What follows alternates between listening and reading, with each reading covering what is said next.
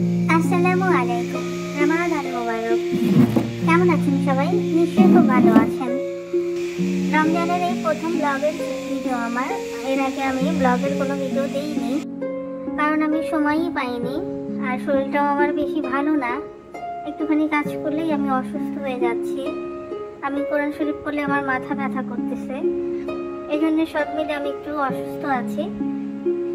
আর রোজা রেখে কাজ করে আসলে ব্লগ করার সময় সেরকম পাওয়া যায় না। তো প্রথম রোজাতে আমি গরুর বিরিয়ানি করেছিলাম, সেটা হয়তো দেখাইনি, কিন্তু এই ভিডিওটা করে রেখেছিলাম যে এই যে বিরিয়ানি করেছিলাম, এটা আমার 2 দিন হয়ে গিয়েছিল। তৃতীয় রোজাতে আমার বাইরে থেকে ইফতারি কিনে আনা হয়েছিল, আমি ঘরে করেছিলাম না। ওটা আগেই বলেছিলাম শরীরটা আমার একটু খারাপ ছিল, এই জন্যে। এরপর চতুর্থ রোজাতে আমি ঘরেই ইফতার করেছিলাম। আমি এখানে সমোচা করেছিলাম, পুরি করেছিলাম, আলুর চপ করেছিলাম, পেঁয়াজি করেছিলাম, বেগুনি করেছিলাম, ডিম চপ করেছিলাম। সব এক হাতেই আমি করেছিলাম এবং বেঁচেছিলাম। করতে করতে আসলে সময় চলে যায়, এই আর কি। সব আস্তে আস্তে যে আমি ভাজতেছি, বেগুনি ভাজতেছি, ডিম চপ ভাজতেছি, পুরি ভাজতেছি।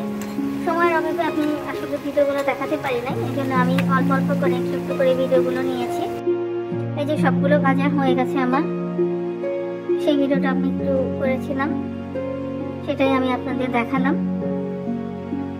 রোজার মাস আসলে ইবাদতের মাস, এখানে আসলে কাজকর্ম করে সময় নষ্ট না করে ইবাদত করাটাই আমার মনে হয় খুবই বেশি ভালো। আর এরপরে রোজাতে বাইরে থেকে মোরগ পোলাও কিনে আনা হয়েছিল, আমাদের বাইরে যে রয়্যাল রেস্টুরেন্ট আছে সেখান থেকে। বুন্দিয়াও কিনে আনা হয়েছিল, আমি বানাইনি কারণ সময় নেই। জিলাপি, ছোলা, বুন্দি এগুলো আসলে বাইরে থেকে কিনে আনা হয়েছিল। আমি একটা প্লেটার তৈরি করেছিলাম, আর সবার প্লেটে প্লেটে আমি সব দিয়ে দিয়েছিলাম।